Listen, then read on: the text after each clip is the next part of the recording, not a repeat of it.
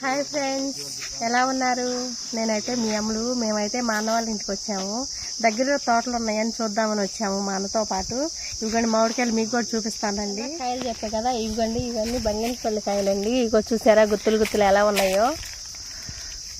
మీ side కూడా ఎలా ఉంటాయా? ఇవ్వండి.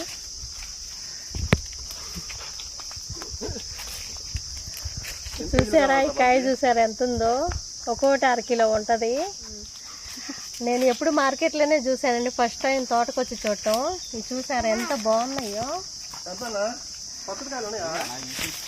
ఫ్రెండ్స్ చూసారా కాయలు కింద కింద ఎండిన కాయలు అంతా బంగినపల్లి మామిడికాయలు పాకానికి వచ్చినాయి, బాగున్నాయి.